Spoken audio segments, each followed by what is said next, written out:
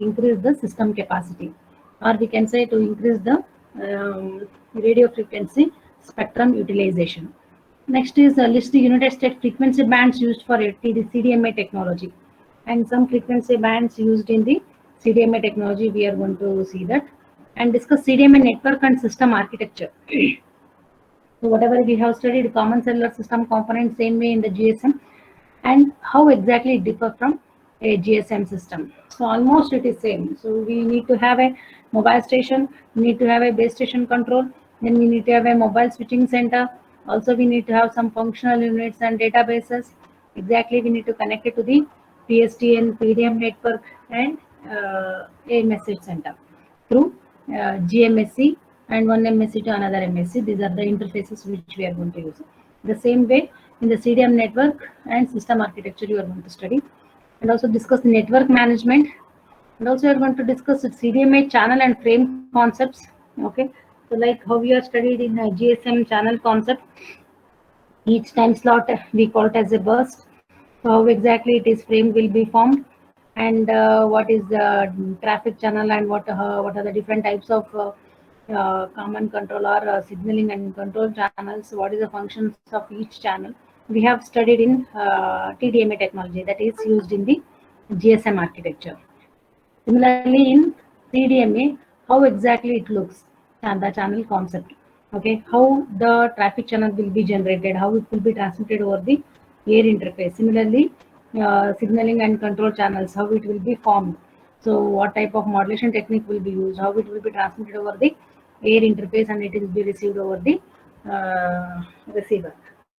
So this is called as the channel concept or the frame concepts. Next is discuss the function of the forward and reverse logical channels. So as we have studied different types of forward logical and reverse logical channel, right? Forward channel means it is from mobile station to a base station. That is called as a forward channel, that we call it as an uplink. Similarly, reverse channel is from mobile BTS to MS, that we call it as forward means BTS to MS, and reverse means MS to BTS. That is called as a reverse channel. So we have defined forward and logical channels, reverse channels. Like we have studied random access channel, like that is always from BTS to MS. Similarly, broadcast control channel, it is always from BTS to MS. Similarly, like traffic channels, it is always both the sides. The communication between MS to BTS is uplink, and BTS to MS it is downlink. So how it will be formed, how exactly the functions of each channels we are going to study, and discuss the CDMA system operations. Okay, so in that CDMA initialization, how it will be then call establishment, call handoff, and power control. So these are the basic operations of any mobile communication system. So that will be there even in the CDMA system. Next, discuss the implementation of 3G cellular using CDMA technology. So these are the topics which is included in the particular CDMA technique. Okay. Next is an evaluation of CDMA. So I'm not going to cover much about it. So first initial architecture we call it as IS95. Then later on 3G we call it as CDMA 2000 architecture. Okay, in CDMA 2000 was one of the first that is 3G standards, third generation cellular system, and also IMT 2000 came into picture. So these are the different evaluations of CDMA technology. And also we have, it is backward compatible with TIA bar EIA 95B. So this is a standard. Okay, TIA means Telecommunication Industry Association. EIA means Electronic Industry Association 95 bar B. This is one type of standards are the wires, which is used. Similar kind of wires should be used. It should support to the other vendors. Okay, some standards will be maintained. So that is the standard which is used, and it will support for the data services up to 2 megabits per second. Okay, and it also supports multimedia services and advanced radio technologies. Okay, the implementation of CDMA 2000 technology is to occur in planned phases, with the first phase known to 1 into RTT, that is 1 times radio transmission technology over a standard 1.25 megahertz CDMA channel. The next phase implementation is known as 1 into EV, where EV stands for evolutionary. There are two versions, data only, and another one is data and also designed for voice. Okay, so support symmetrical peak data rates of 2.4 Mbps in the downlink direction and 153 kilobits per second in the uplink direction. So these are the evolutions which happened in CDMA technology. Currently, there are several CDMA 2000 with the data only system in operation worldwide, in more in planning stage. Again, CDMA Development Group's website for information about the worldwide development of 3G CDMA 2000 systems. So let us see the basics of CDMA.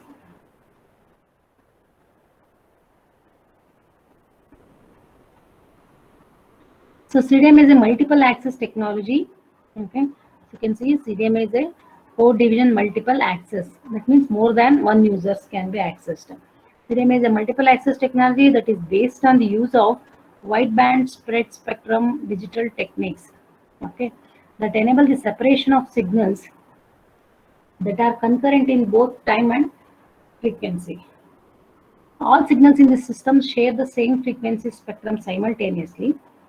Okay, all signals, that means both uplink as well as downlink. It can be a traffic channel or it can be a control and signaling channel. So all signals in this system share the same frequency spectrum simultaneously. That means at a time. It is not like a TDMA or FDMA. So entire frequency spectrum will be utilized by all the users for all the signals. Okay, it can be uplink or it can be downlink or it can be related to traffic or it can be a control and signaling and control channel information. The signals transmitted by the mobile stations and the base stations within a cell are spread over the entire bandwidth of the radio channel. So radio channel means, say for example, in a FDMA, which is divided into a smaller frequency band. So that frequency band we call it as a channel. So that particular channel will be allocated to one user in case of FDMA. But in case of TDMA, each channel, right, which is allocated for one user in FDMA, that will be shared by the 8 users, that will be divided in a time base. Okay, so that is called as time division multiple access. That is, period of intervals will be allocated for one user. So that like that 8 users will be shared by the same channel. Similarly, here in TDMA, CDMA technology, it is a combination of both FDMA, that means single frequency or the time slot frequency band will be used, and it will be divided by codes. Okay, not by the time. So what do you mean by means entire users will be spread their data over the entire bandwidth of the radio channel and encoded in such a way as to appear as a broadband noise to every other mobile or a base station receivers. Okay, both base station data as well as the mobile station within that coverage area, everybody will spread the information over the same communication channel, right? So but it will be separated. Okay, it will be separated with the help of a encoding information. So that means they are using some code. It is the entire frequency spectrum will be divided by the 64 codes, 64 different codes. So each code will be encoded at the transmitter. That same information will be transmitted at the receiver. So those who are having that encoding information, then only they can decode it. So for others users, even though they receive the signal, they cannot able to decode it. So that is a technology which is used in the CDMA technique. So encoded in such a way as to appear as a broadband noise signal to every other mobile or a base station receivers. The identification and subsequent demodulation, right? So one who able to identify or they can able to demodulate means of individual signals occur at a receiver through the use of a copy of the code used to originally spread the signal at the transmitter. They should have that code. They can then only they can identify or they can demodulate, spread the signal at the transmitter. This process has the effect of demodulating the signal intended for the receiver while rejecting all other signals as a broadband noise. So only that particular receiver can demodulate it. Other receivers, it looks like a noise, so they cannot able to decode it. Since a specific minimum level of signal to noise ratio is necessary to provide for a certain level of received signal quality, the level of background noise or interference from all the system transmission ultimately limits the number of users of the system and hence the system capacity. So this is how they are going to use a single communication channel by many number of users by allocating the encoding signal for each user so that it will increase the system capacity. Therefore, CDMA systems are carefully designed to limit the output power of each transmission to the least amount of power necessary for proper operations. So the output power of both radio base station and MS has to be minimized, or we can use the least amount of power which is necessary for proper operations to reduce the signal to interference noise ratio. At this time, I will be compare the CDMA air interface telemetry frequency. Okay. So we can see the differences between how exactly the access technologies, the comparison between the FDMA, TDMA, and SCDMA technique. You can see here the first generation cellular system, they are using amps.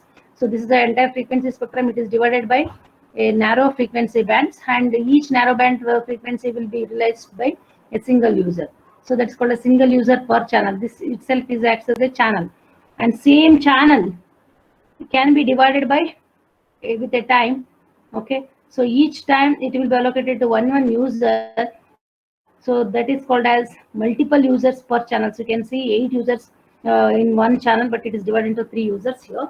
So that is a TDMA technology. It is divided by time. So this is called as a CDMA 1 and CDMA 2000. That is the standard evolution, different evolutions of core division multiple access technology they are using. So these are the mobile systems, CDMA 2000, CDMA 1, IS95 and all. So in this, you can see this is also a frequency band. The same frequency band will be utilized by multiple users. Here 1, 2, 3. Here n number of users are, you can say 64 users of different 64 codes. Each are orthogonal to each other, and those codes will be used to spread the data over the entire frequency spectrum. Okay. So this is user 1, user 2, user 3, but the frequency spectrum is same. From here to here, the channel carrier frequency is same, but it will be utilized by many users. So each user's data acts as a channel, channel 1, channel 2, channel 3. What is a carrier? Carrier is the frequency of allocations which is used.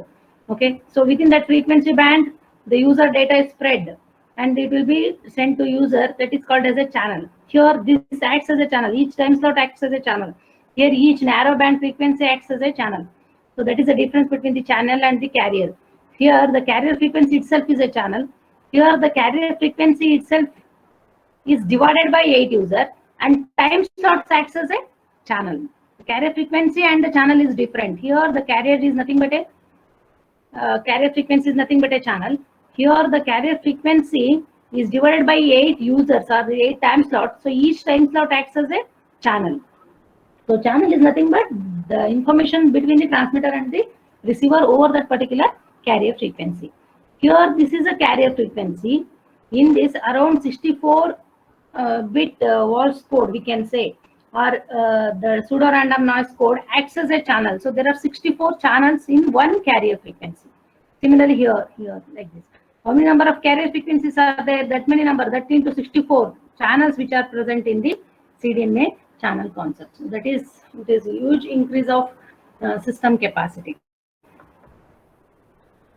Okay. Frequency separation between adjacent carriers or channels is 1.25 megahertz in case of 2G CDMA. So channel carrier frequency or the channels is 1.25 megahertz. In CDMA standards, the term carrier and channel are carefully distinguished from one another. A carrier frequency may be divided by means of codes, right? So carrier frequency may be divided by means of codes. In TDMA, carrier frequency may be divided by means of time slots, okay, codes into 64 different channels, right? So that will be divided by 64 Walsh codes. So that is called as 64 channels. So each of these channels may carry information related to a separate and distinct conversations or data connections in digital form. So there are 64 channels. It will be divided by each carrier frequency, so that we can say there are 64 channels. That means 64 codes. Each of these channels, so all these 64 channels may carry information related to separate and distinct conversation or data connections in digital form. So this distinction is also true of TDMA systems, where each carrier is divided by time slots, and each time slot serves as a channel. So here each code serves as a channel. Here each time slot serves as a channel, but the carrier frequency is different. In older FDMA system, two terms are synchronous and then source of. Okay. Next is CDMA frequency bands. So what are the types of frequency bands which is used? You can see here.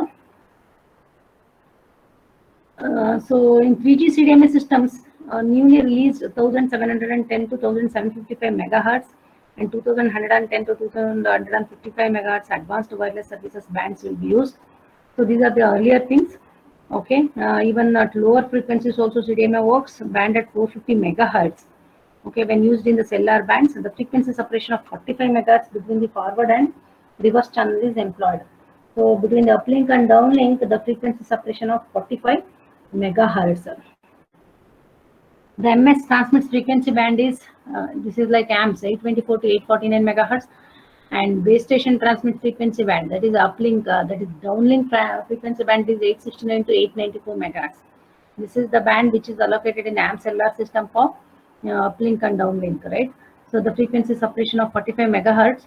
In this band, not all the frequencies are designated for use by the CDMA cellular wireless network. Okay, and the Federal Communication requires AMP service to be supported until 2007. So some of the channels are reserved for this purpose. So like this, so some channels will be utilized by the older system, and some channels will be allocated for the newer system. So this will support the cellular frequency bands, gives rise to a dual mode CDMA phones. Okay, and one more is 9000 megahertz PCS band, that is GSM, NATDM or CDMA technologies. Okay, some of the bands which is allocated that we have seen in the earlier classes.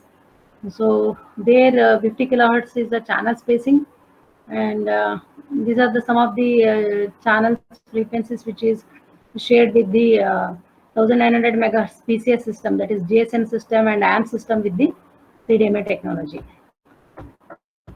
You can see here CDMA and NATDMA channel numbers and frequency assignments for the PCS band class 1. So there are the transmitter frequency for the mobile station and the base station. So this is the frequency which is used for from mobile station to base stations, and this is the frequency which is used from base station to mobile station with the channel spacing of 50 megahertz. Sorry, 45 megahertz. Next is CDMA network and system architecture. As I already told you, the system architecture, it is almost the same as the GSM network. Okay, so in CDMA, they have given more importance for all IP architecture. Okay, that is the only difference, and the remaining all is same. So you can see the mobile station to radio base station, you have an UM interface, that is radio interface, that is wireless, and radio base station to BSC, we have used ABIS interface. Then BSC to MSC, we are using A interface, and MSC to another MSC and interworking function node. And also we have a databases. So there are so many interfaces. So MSC to HLR, home location register, the interface called as C interface. Then HLR to authentication center, we call it as an H interface. And MSC to VLR, we call it as a B interface. VLR to VLR is called as a G interface. And equipment identity register, the interface between the signaling between the MSC and EAR is called F interface. And operating system, OSS, that is O interface, and to the PSTN AI interface, and that is connected to the PDN through IWF node, so that is PI interface, and also some public LAN mobile networks, so that is called as MI interface. Okay, so this is the initial CDMA or the IS-95 reference architecture. So this reference architecture is also called as the CDMA1, ONE1. So that is IS-95 reference architecture. So it is almost same as the GSM network. So you can see here the initial reference architecture for IS-95 CDMA is very similar to the GSM reference architecture. The adaptation of TIA bar EIA95, that is TIA bar EIA95 is Telecommunication Industry Association and Electronic Industry Association 95. That is the standard which is used for wiring. Okay, the similar kind of wires will be used. It should be compatible to all the vendors wherever they are using. So that is called as the TIA bar EIA standard. Okay, that is a cable standards they are using. So that is one of the standard TIA bar EIA95 provided for additional network interfaces that exist between the various system elements. Okay, so something like the TR 4546 reference model. In the new CDMA 2000 reference architecture, it has been enhanced. They include even more additional network access interfaces. Okay, and the messaging between CDMA system network elements are carried out through the use of protocols which are similar to SS7. Okay, TIA bar EA 634B is an open interface standard that deals with signaling between the MSC and the DSC over the air interface. Similarly, TIA bar EIA 41D interface that will be used between the MSC and the databases. So these are the interfacing which is used for a standard data transfer between the one entity and another entity. Next, we'll move on to the 3G cellular CD system, CDMA system, that is called as CDMA 2000 wireless system. Okay, so here you can see the architecture of the major network components which are present in the CDMA 2000, which is almost same as the GSM system.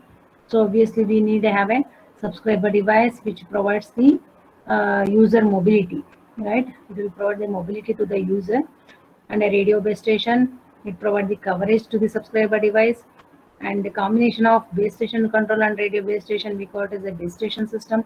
Then base station control is connected to the MSC, and MSC from the DSC which is connected to the packet core interface node. Okay, that is mainly for public data network, that is for internet access. So this is the one more element which we can see here, packet core interface node, and MSC VLR to different nodes, and it is connected to the public data network, and MSC is connected to the public switch telephone network. Similarly, detailed architecture. So subscriber device, radio base station control, that is called as packet core network, PCN.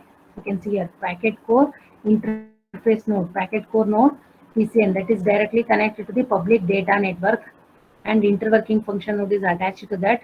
And MSC VLR is connected to the databases, that is home location register authentication center. This is called as PPCS, prepaid calling service. UM means unified messaging and voicemail services. So this is connected to MSC, and MPS is nothing but mobile positioning system. Mobile positioning system means location updation and other things with the help of the GPS module. So this is the detailed network nodes you can see in the CDMA 2000 wireless system. So almost same. The only thing is packet core network, and EWF also was there, but more intention towards the all IP architecture. So that is called as public data network. So, and mobile positioning system to identify the location of the mobile using the GPS system. So the remaining things are same. Let us see the mobile service switching center and visitor location register. Okay, in CDMA mobile service switching center services as the interface between the public switch telephone network and the base station system, right? So MSCE works between the PSTN and the base station system. The MSC performs the function necessary for the establishment of calls to and from the system's mobile subscribers. That is what we have last class and the previously we have studied. And additionally, the MSC is conjunction with other network elements provide the functionality needed to permit subscriber mobility and roaming. Some of these operations include subscriber registration, authentication, location updation functions, all handoffs, and call routing for roaming subscribers. So that is the main function of the MSC, whatever we have studied in common cellular system components, even in GSM. That is the main function of the MSC. Main is routing the calls and updating the message in using the functional and databases, and also it is connect the interfaces between the PSTN and the base station system. And also it is always integrated with the visitor location register. Function is collocated with the MSC. Its function is to provide a database containing temporary information about the registered subscribers. Okay, so temporary information means whenever he moves from one radio base station to another radio base station, before call connected through an MSC to the radio base station, it will check the VLR, where exactly in the present situation. So not maybe it is in the registered radio base station, or it can be moved to some other radio base station. Needed by the MSC perform the call control operations and provisioning of subscriber service for the mobiles currently registered in the MSC VLR serving area or service area. So that is the main function of the visitor location register. Next is the interworking function node. So this is very important for packet data network operations and wireless network packet data network. So interworking function node is the only gateway between the wireless network and the packet data network. As such, it provides a direct connection to the PDN, okay, public data network for packet data calls. Okay, that is for internet connection. And additionally, that is EWF node supports circuit switch data calls by providing the internal modems for connections to dial-up internet service providers, ISPs. Okay, so that is the main function of the IWF nodes. It also supports the circuit switch data. That means a dedicated path which exists for a voice call conversation through a modem. These circuit switch data calls are routed to the PSTN through the MSC. Today, the IWF typically uses Ethernet for the signaling between itself and the MSC for the exchange of packet data between itself and the PDN. So, whenever the conversation between IWF and PDN through a packet data network means it is not required, and also it has to provide through a dial-up connections means we require a modem. So, in CDMA 2000, the IWF packet data transfer function is augmented by the packet core network element. So through the IWF, so whether it is a circuit switch data by providing the internal modem for the connection to a internet service providers, that is for a landline connections, and for a packet switch data means it is directly connected to the PDN. So that function will be done by the IWF node. Next is one more system that is connected through a GPS, that is called as mobile positioning system, MPS. So in an ongoing program module mandated by the FCC and designed to upgrade this cellular system, a location system is incorporated by the CDMA system that can determine the geographic position of a mobile subscriber. So where the particular mobile subscriber is. So most of the thieves or frauds, they are going to find through the location of the mobile. The police, they are going to identify where exactly the thief will be. So something like that. So they are going to exactly determine the geographic location of a mobile subscriber through a GPS system. This mobile positioning system is based on the GPS and is to be used for emergency services. The ability to locate the caller is known as enhanced 911 or E911.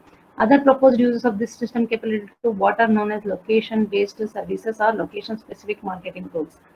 So with the help of this, they can easily identify the position of the mobile based on the GPS, which is located where exactly the mobile subscriber is.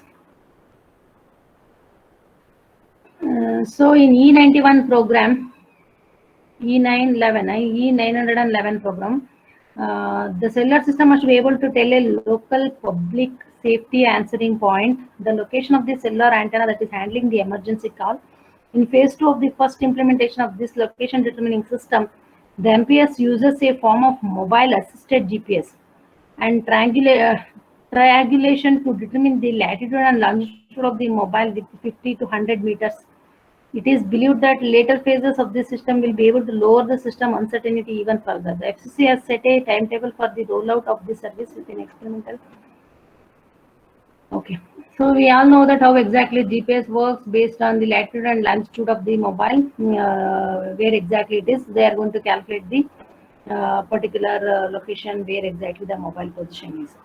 Okay, with the help of the GPS. So both the system that should be updated. The GPS will be updated. Then only they can identify the position of the mobile. So it is once again we can update the location of the mobile over the geographical location. So there has already been much discussion about the location via one's phone, and it remains same as technology. So that is all about the mobile positioning system with the help of GPS. They are using the location updation. Next is unified messaging and voicemail service. So you have seen the one block diagram UM bar VMS. So that is called as unified messaging and voicemail services. So it contains unified messaging and voice call services node that integrates email and voicemail access. This node provides the messaging, waiting indication using the short message service and multiple message retrieval modes, including use of DTMF or either a web or app browser. As shown because the UME VMS node connects to the PDN and MSC in the Ericsson systems. So that is for integrates the email and voicemail access, and also it provides indication to an SMS when you are using the internet. So next is HLR bar AC. That we all know that home location register, and AC is nothing but an authentication center. So that is also collocated in CDMA 2000 system. The HLR holds the subscriber information in a database format and is used by the system to manage the subscriber device activity. That is for a permanent database about the subscriber data, and all the information will be stored there. So the type of information contained in the HLR includes subscriber electronic serial number, right, service plan they have taken, and service restrictions, and the identification of the MSC where the mobile was last registered. So all those information will be stored in the HLR. Similarly, Authentication Center provides secure database for the authentication of mobile subscribers when they first register within the system and during call origination and call termination. Authentication Center uses a shared secret data, SSD, for authentication calculations. Okay. So both AC and SD calculate subscriber device. Authentication Center and subscriber device calculate SSD, that is shared secret data, based on the authentication key or A key, the ESN, and a random number provided by the AC and broadcast to the SD. Okay, so that number will be broadcast to the subscriber device. A key is stored in the subscriber device and also at the authentication center and never transmitted over the air interface. The authentication center or MSC will compares the values calculated by the authentication center and the subscriber device to determine the mobile status with the system. So this is how the authentication center and the subscriber device, the authentication center provides the secret key to the subscriber device by calculating the SSD data. So through this way, it will provide the security and use, that is privacy for the user. That is mainly for secure and database, and it will provide the authentication to the user. Next is PPCS and other nodes that we have seen. PPCS, that is prepaid calling service. Nodes provides the prepaid calling service using the subscriber's home location area MSC. This node provides the MSC with information about the subscriber's allocated minutes, how long he was speaking and how much it is called rate and everything, and provides the subscriber with account balance information. Okay, if it is a prepaid, so what is the balance which is there and other things. The PPCS node is usually associated with a prepaid administration computer system that provides to store the subscriber information and update it as needed. So it is going to store the allocated minutes, how much balance it is there, and all those information will be updated in the database as well as to the user. The prepaid administration system, PPAS, provides the subscriber account balance information to the PPCS system. The MSC sends information about the subscriber time used the PPAS for account updating. In the future, the other additional nodes may be added to the system to provide increased system functionality like inter-system roaming and other things. Not only for calling, even it is give the based on the roaming charges also updated. Next is a base station system and base station control. The base station subsystem consists of base station controller and all the radio base stations controlled by the BSC, right? So base station system provides the mobile subscriber with an interface to the circuit switch core network PSTN through the MSC and interface to the public data network through the packet core network PCN. So there can be more than one BSS in a CDMA 2000 system. So the combination of all CDMA base station controls, base station system and the radio network management system that oversees their operation is known as CDMA radio access network or CRAN. So including CDMA base station system and radio network management. So we call it as CRAN. CRAN means CDMA random access network or radio access network. Okay. Next is the base station controller. In CDMA 2000 system, base station controller provides the following functionality, right? It is interface between the MSC and packet core network, other base station systems in the same system, and all the radio base station that it controls. Radio base station it controls. As such, it provides routing of data packets between the PCN and the radio base station. That is also an important thing. Radio resource allocation. That means setting up and tearing down of both BSC and RBS call responses, call resources, and system timing and synchronization. That is the main function of the base station control. and system power control, all handoff procedures and processing of both voice and data as needed. That is the main function of the base station control, which is used in the CDMA. So main is interfacing to the MSC and to the packet core network, right? And also it controls all the radio base stations and synchronization, system control, power control, timing, handoff procedures, all those things will be taken care by this base station control. Next is the radio base station. So the CDMA radio base station provides interface between the MSC and the subscriber device via common air interface, right? And the functions provided by the radio base station include CDMA encoding and decoding of the subscriber traffic and system override channels and the CDMA radio links to and from the subscribers. So what is the main function of the radio base station included in CDMA is encoding and decoding of the subscriber traffic. Okay, override channels, that means control information, and the CDMA radio links to and from the subscribers. The typical radio base station contains integrated GPS system and receiver that is used to provide system timing and frequency references. The computer-based control system and monitors and manages the operations of the radio base station and provides alarm indications as needed. Communication links for the transmission of both system signals and the subscriber traffic between itself and the BSC, and power supplies and environmental control as control limits as needed. So that is called as radio base station. The radio base station is like other radio base stations in GSM and first generation cellular system. So it mainly provides the user mobility, and also it will be provided by the CDMA encoding and decoding data. It can be a traffic control and signal channel information between the MS and the BTS. It is PLMN subnetwork. The CDMA 2000 public and land mobile networks, PLMN, provides the mobile wireless communication services to subscribers and typically consists of several functional subnetworks. These subnetworks are known as circuit core networks, packet core networks, service networks, and other CDMA radio access networks. So it will access to the PSTN and PDN through these subnetworks. The organization of PLMN into subnetworks facilitates management of the system. So public land mobile networks, it has several different functional subnetworks. So these are all CCN, packet core network, service node network, and radio access network. Subscriber access to the PSTN and PDN through these subnetworks. Okay. So next is circuit core network, CCN, provides the switching function necessary to complete calls to and from the mobile subscriber to the PSTN. Okay. So the directly for circuit switcher data, that means landline. The major network elements in CCN is the MSC. This portion of the system is primarily concerned with the completion of voice calls between the subscriber and the PSTN. That is with the help of a circuit core network, CCN.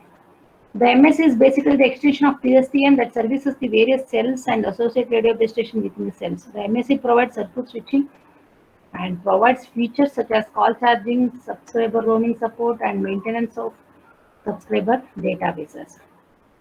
Okay. So next we'll move on to the CDMA radio access network. You can see here. So the CDMA radio access network is nothing but a combination of base station control and a radio base station. As I already told you, it is also called as CRAN or CDMA radio access network. It is a combination of radio base station and the base station control. Okay, so we can say the base station system in CDMA is called as CRAN. You can see here, base station system is nothing but a combination of radio base station and the base station control. So that itself is nothing but a CRAN. So many base station system we called as a that means CDMA. RAN means radio access network, CRAN. So CRAN, that is CDMA radio access network. In CDMA 2000, the CDMA radio access network or CRAN provides the interface between the wireless cellular subscriber and it is known as circuit core network. Okay, interface between the wireless cellular subscriber and circuit core network, CCN.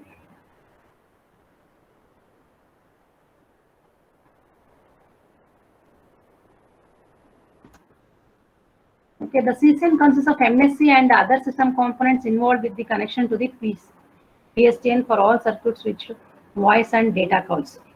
Okay, so that is nothing but circuit switch network. Circuit switch network means for all the voice and data calls that is connected to the PSTN consists of MSC and other components involved in the connection to the PSTN for all circuit switched voice and data calls, that is landline connection to the data as well as voice. So that is with the help of CCN. And CRAN consists of multiple base station subsystems, okay, and some form of radio network manager system. The RNM, that is radio network management system, provides operation and management O&M support for multiple base station systems. We can see here. This is CRAN. Okay. Let us see now in packet core network. See here, packet core network. What is there in the packet core network? We have AAA server, that is authentication, authorization, and accounting server. Authorization, authentication, and accounting server. And home agent, HA, and PDSN, that is public data, packet data serving node, PDSN. And all IP connections, IP network. So that is the entire thing we call as packet core network that is connected to the public data network. Okay. So exactly it works. Packet core network provides standard interface for wireless packet switch data service between the CRAN and the public data network, so that it provides a wireless data access, okay, to the mobile. The PCN provides the necessary links. PCN means packet core network provides the necessary links to various IP networks, right? We are accessing the website, downloading data, uploading something. So we need an IP access, IP networks to and from the CRAN. Okay, CRAN is nothing but CDMA radio access network. So that is through subscriber device to CRAN. CRAN based on the IP network connection, the packet node network will connect it to the data network, PDN. The PCN typically consists of three main hardware nodes. The one is the authentication, authorization, and accounting server. AAA. Okay, authentication means it authenticates the user, authorizes, and accounting. So it provides mainly authentication, authorization, and billing information. And home agent, the packet data serving node, PDSN, depicts the elements of PCN, packet core network, and their interconnection to each other and the relationship of PCN to the PDN and the CRAN. So exactly it is interlinked. Subscriber device connected to the CDMA radio access network. If we want any data link or the connections, so subscriber device will request that, and through PDSN, based on the IP address, it is connected to the public data networks. It also has some supporting nodes called as AAA server and home agent. Let us see what is the function of AAA server and the home agent. In a CDMA 2000 cellular system, the packet data serving node, PDSN, provides the needed IP transport capability to connect the CRAN. CRAN is nothing but CDMA random access network from the PDN to CRAN, and hence the subscriber to the public data network. So if you want any data or internet connections, that has to be connected through the packet data serving node to the needed IP transport capability to connect it to the CRAN, then to the subscriber device to the public data network. The PDSN connects to the CRAN through a quarter interface, also known as radio packet RP interface. The PDSN also interfaces the CRAN with the home agent and authentication, authorization, and accounting nodes. In such capacity, it sets up, maintains, and terminates the secure communication with the home agent and authentication, authorization, and accounting nodes. Okay, so not only connect, it also sets up the connections, maintains, and terminates the secure communication. Okay, that will be taken care by the home agent and authentication, authorization, and accounting nodes. It further serves as a point of connection to the radio network and IP network and provides IP service management to offered IP traffic. Finally, to facilitate the wireless mobile IP functionality, it also serves as a foreign agent to register network visitors and other things. So these are the functions of PDSN, AAA server, and PDSN networks. So how exactly it works between the